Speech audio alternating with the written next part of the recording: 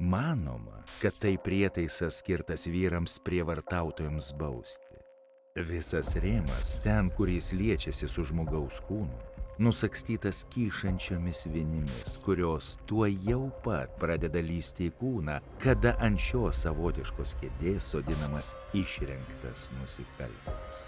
Į nugarą alkūnės, persvertas per skersinį šlaunis ir blauzdas, pradeda smigti vinys, sukeldamos nusikaltėliui didžiulį skausmą ir priversdamos jį pradėti judėti, sukiotis ir muistytis, ieškant išsigelbėjimo.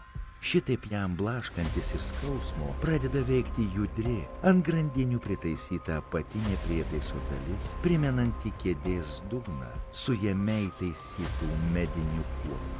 Didžiulis kuolas labai greitai susiranda nusikaltėlio sėdynėje angą ir jis yra pamaunamas ant kuolo. Kaip sakoma, kuo nusikaltai, šia tau atgal tuo pačiu.